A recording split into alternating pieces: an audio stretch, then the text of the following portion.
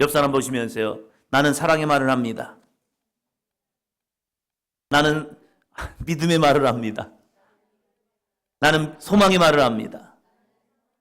할렐루야. 잘 승리하고 계십니까? 어제도 주집사람한테 짜증내다고 혼냈습니다. 짜증내면 안 되는데. 사랑의 말, 믿음의 말, 소망의 말. 믿음의 말, 사랑의 말, 소망의 말을 해야 하는데 안 될 때가 있어요. 아직도 계속 훈련 중에 있습니다. 할렐루야. 좀 안 되더라도 다시 또 하고 다시 또 하고 다시 또 하면 우리들의 언어가 반드시 변합니다. 할렐루야.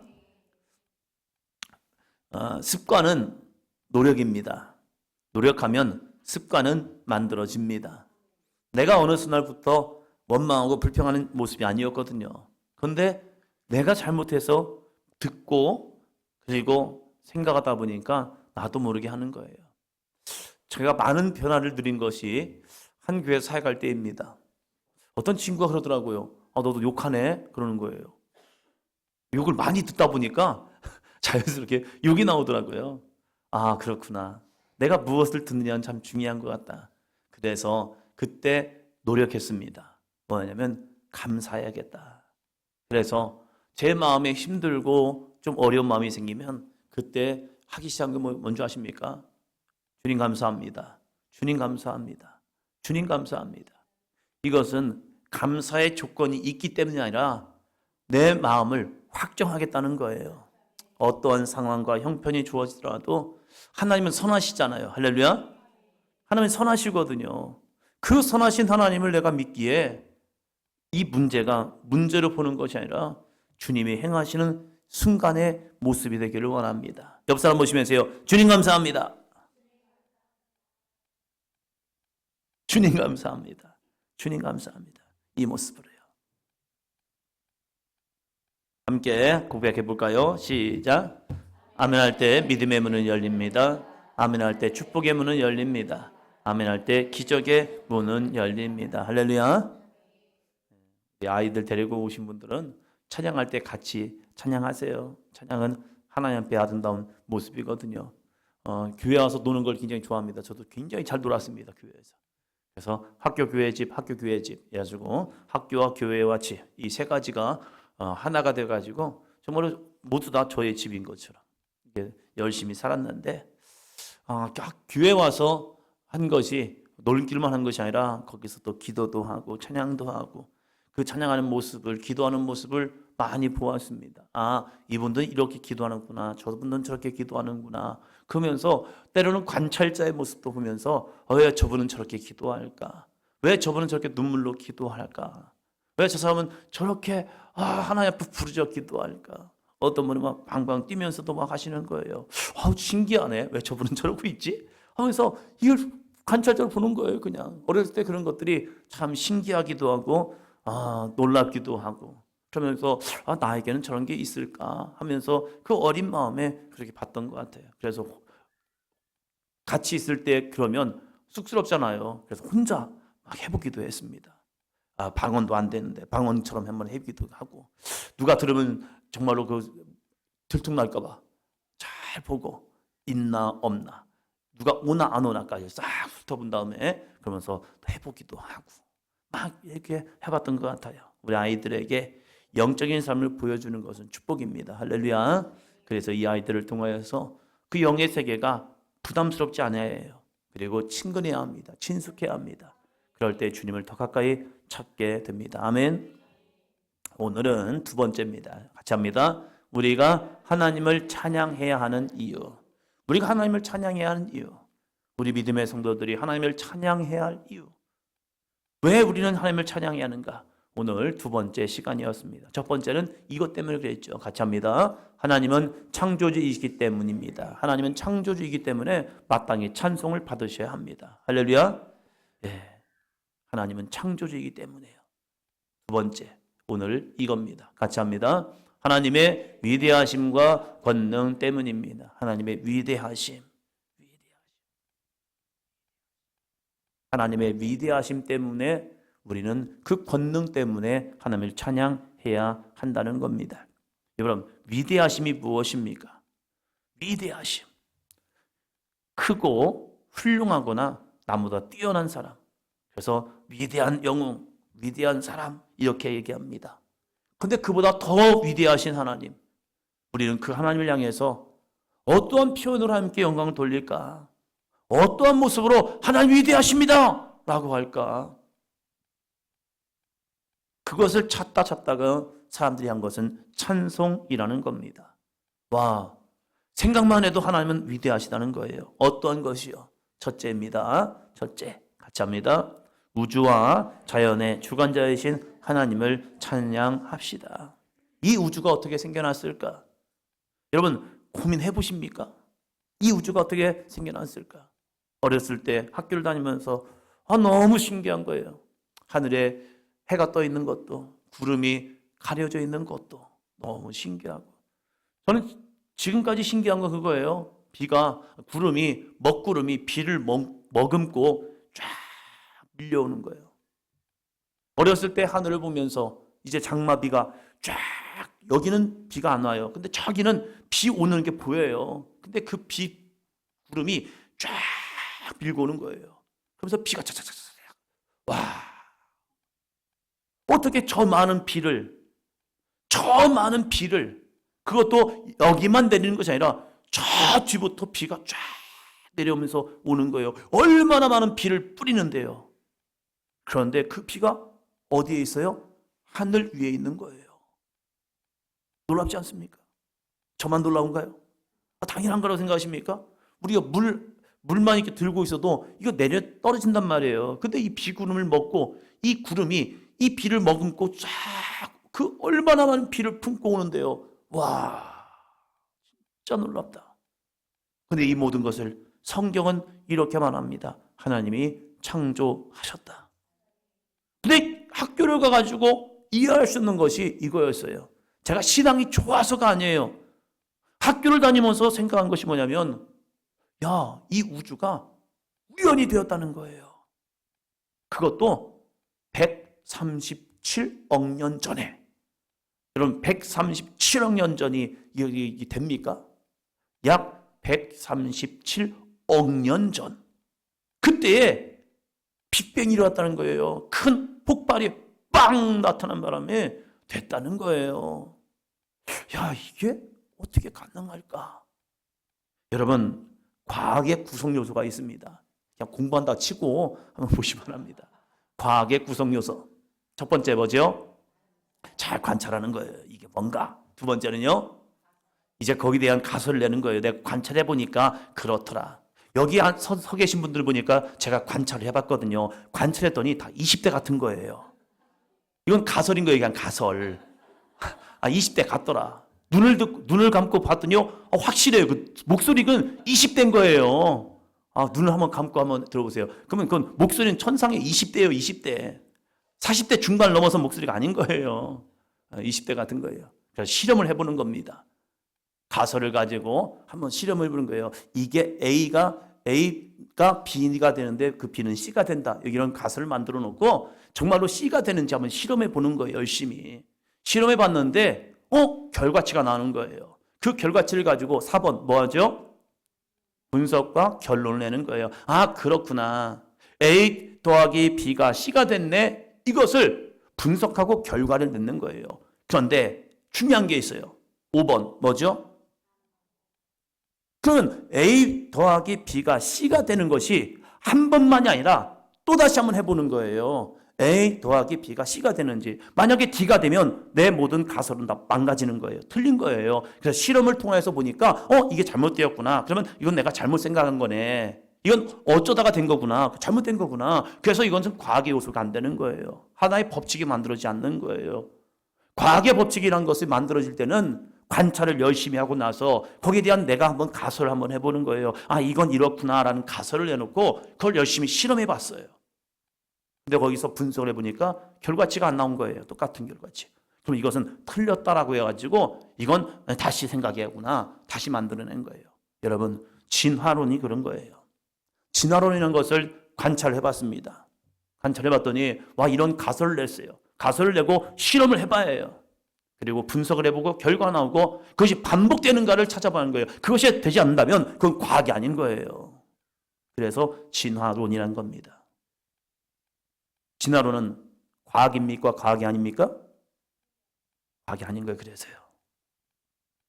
그래서 진화론으로 끝난 거예요.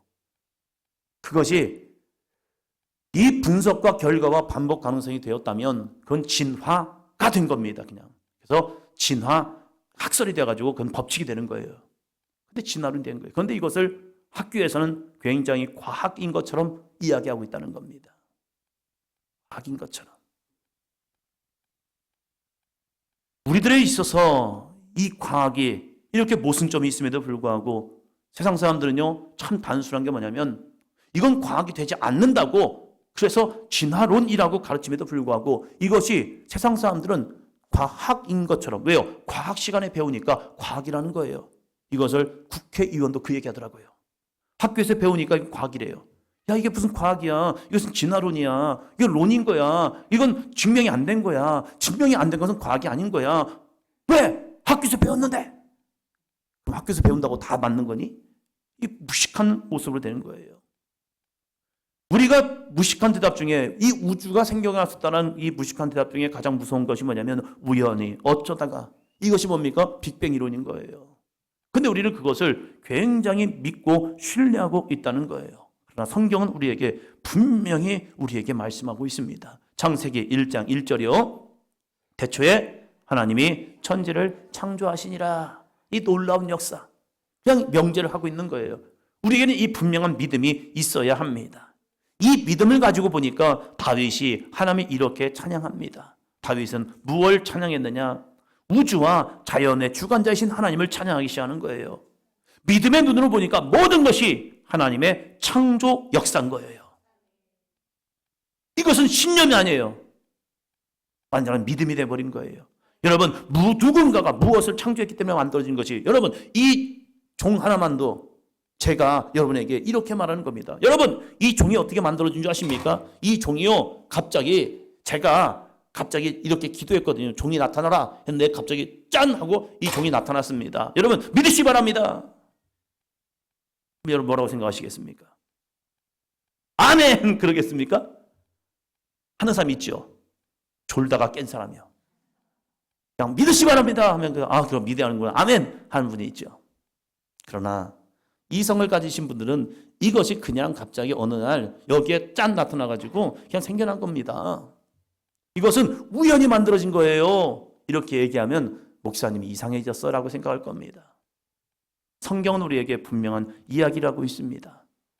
이 모든 피조물에는 창조한 분이 계시다는 거예요. 여러분이 어느 날 갑자기 짠 하고 나타난 것이 아니라 나를 모태에서부터 하나님께서 만드시고 그 만드신 나를 하나님이 어느 날 나게 하신 거예요. 그래서 오늘 우리가 이 장소에 있는 겁니다. 아멘. 하나님의 섭리라는 거죠. 그래서 이 다윗은 시편 19편에서 이렇게 하나님을 찬양합니다. 시편 19편 1절로 4절입니다. 하늘이 하나님의 영광을 선포하고 궁창이 그의 손으로 하신 일을 나타내는도다. 날은 날에게 말하고 밤은 밤에게 지식을 전하니 언어도 없고 말씀도 없으며 들리는 소리도 없으나 그의 소리가 온 땅에 통하고 그의 말씀이 세상 끝까지 이르도다. 하나님이 해를 위하여 하늘에 장막을 베푸셨도다. 하늘이 하나님의 영광을 선포하고 궁창이 그의 손으로 하신 일을 나타내는도다. 하늘이 하나님의 영광을 우리에게 선포하고 있다는 거예요. 여러분, 하늘만 잘 쳐다봐도요, 하나님의 영광이 그 안에서 선포되고 있다는 사실입니다. 뭘 통하여서요? 믿음의 눈을 통하여서요. 이제 조금 있으면 봄이 되겠죠. 봄이 되면 새싹들이 올라옵니다. 새싹들이 올라온 모습을 통해서 우리는 뭘 합니까? 와, 하나님 정말 살아계시는구나. 하나님의 위대하심입니다. 그 겨울을 이기고 싹이 나오기 시작하는 거예요. 나무들이 이 추운 겨울을 이기고 그 나무 틈새에서 또 다른 싹을 또 맺고 있는 거예요. 우연히 어쩌다? 아니에요. 하나님의 거룩한 창조 섭리에서 하나님의 위대하심을 그들이 영광을 선포하고 있다는 사실입니다. 궁창이 하늘이 그의 손으로 하신 일을 나타내고 있다는 거예요. 이 지구란 땅덩어리가 돌고 있는 것만으로도 너무 신기한 거예요. 너무 신기한 거예요. 어떻게 이것이 계속적으로 이렇게 이 궤도를 돌고 있을까? 공간 속에서 하나의 지점을 똑같이 걷는다는 것은 정말 어려운 일입니다. 여러분이 눈을 감고 그냥 앞으로 가 해가지고 반드시 가는 것 자체가 불가능해요. 왜 그러냐면 우리는 체형이 몸이 있기 때문에 그래요. 내 생각에는 정면을 향해 간다고 생각하지만 어느 순간 우리의 기울기가 다르게 되어 있거든요. 몸이 균형이 달라요. 똑바르지 못해요. 그래서 이 균형 감각이 이게 조금 흔들리기 때문에 바르게 간다고 생각하지만 바르지 못해요. 인간도 그래요. 그런데 우주라는 공간 안에 있는 이 지구가 그 궤도를 한 번도 벗어나지 않고 태양의 궤도 속에서 잘 돌고 있다는 사실이에요. 그래서 이것이 우리가 지구가 안전하게 지금 우리가 살고 있다는 사실입니다. 이것을 질서를 만드신 하나님의 은혜라고 이야기합니다. 무질서는요, 혼란과 파괴를 만들어내고 있습니다. 그래서 우리는 하나님의 질서 속에서 이 모든 섭리가 움직이고 있다는 것을 통하여서 우리는 안전한 삶을 살아가고 있다는 사실이에요. 오늘 내가 이렇게 안전하게 살 수 있는 것, 이것이 그냥 우연이 된 것이 아니라 하나님의 은혜라는 사실입니다. 다윗은 그래서 이 하늘을 바라보면서 와, 하나님의 영광을 이 하늘이 선포하고 있습니다. 그러면서 저 하늘을 바라보면서 하나님을 찬양하고 싶은 이 마음, 왜요? 그는 하나님의 인도하심을, 하나님의 역사하심을 경험하였기 때문입니다. 두 번째 볼까요? 두 번째 같이 합니다. 역사를 통치하시는 하나님을 찬양합니다.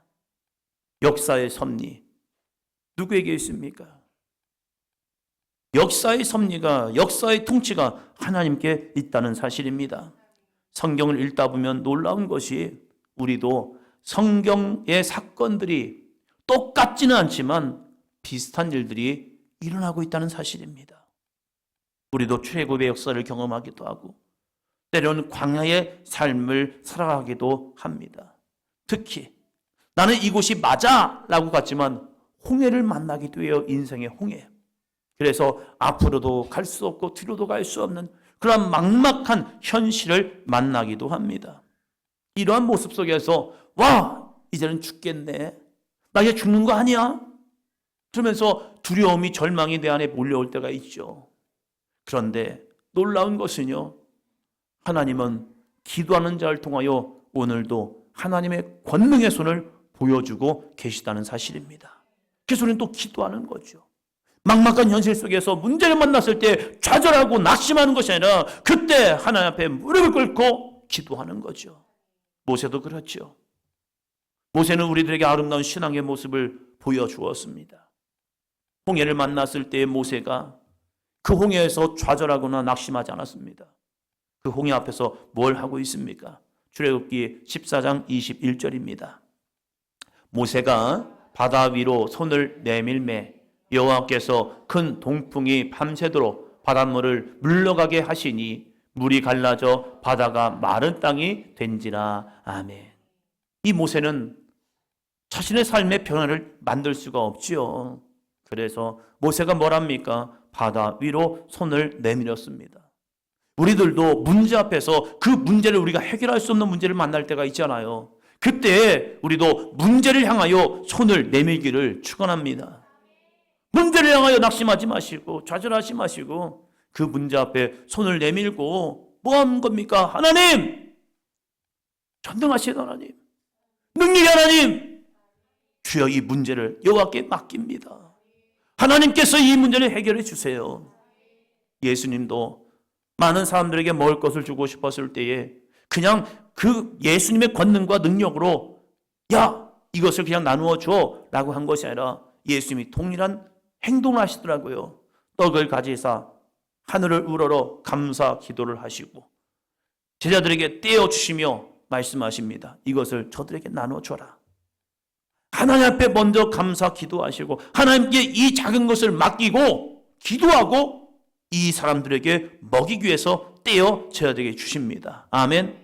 우리들의 신앙의 문제 속에서도 우리가 문제를 가지고 그냥 내 문제다라고 품고 있지 말고 가지고 있지 말고 그 문제를 하나님 앞에 올려드리기를 축원합니다. 하나님, 이런 문제가 있어요. 이런 아픔이 있어요. 이러한 상황이 있습니다. 이러한 눌림이 있습니다. 이렇게 내 믿음의 결단을 할 수 없는 상황이 옵니다. 자신의 문제, 자신의 상황, 자신의 여건, 때로는 자신의 믿음 없음, 이 문제를 가지고 하나님 앞에 올려드리는 거예요. 마치 모세가 바다 위로 손을 내밀었던 것처럼, 주여, 내 연약함을, 내 부족함을, 내 믿음 없음을, 나의 이 죄를 하나님 앞에 그대로 내어놓는 것이요. 그럴 때 놀라운 것은요, 모세가 하지 않습니다. 한번 더 합니다. 여호와께서 큰 동풍이, 할렐루야, 여호와께서 문제, 이 홍해라는 문제를 해결하기 위해서 하나님은 큰 동풍이 밤새도록 바닷물을 불러가게 하십니다. 모세가 한 것도 아닙니다. 하나님은 큰 동풍을 명하여서 밤새도록 바닷물을 물러가게 하시고, 이스라엘 백성들이 그 홍해를 마른 땅이 되게 하시는 하나님의 은혜로 그곳을 건너가게 하십니다. 이것이 무엇입니까? 하나님의 위대하심이죠. 하나님은 오늘도 우리에게 동일한 역사를 주일 줄로 믿습니다. 우리가 믿고 구할 때, 간구할 때 하나님은 오늘도 우리를 통하여 일하십니다. 여러분, 2025년을 바라보면서 두려워하지 마시고 염려하지 마시고, 그 문제를 모세가 바다 위로 손을 내밀었던 것처럼 우리도 그 문제를 오늘 이 밤에 하나님 앞에 내어놓기를 축원합니다. 그리고 하나님께 기도해보자는 거예요. 하나님, 나는 할 수 없습니다. 나는 나의 믿음의 길도 행할 수도 없습니다. 내가 마음을 다짐을 하지만 그 다짐한 것도 나는 오늘도 지킬 수 없는 연약한 모습입니다. 하나님, 나의 믿음 없음을 좀 불쌍히 여겨 주세요. 그리고 내가 믿겠습니다. 내가 순종하겠습니다. 내가 하나님의 말씀을 따라가 보겠습니다. 그래서 주님이 일하심을 보게 하여 주시옵소서. 하나님은 위대하십니다. 그 위대하신 하나님을 찬양하며 영광 돌리는 삶이 되기를 축원합니다.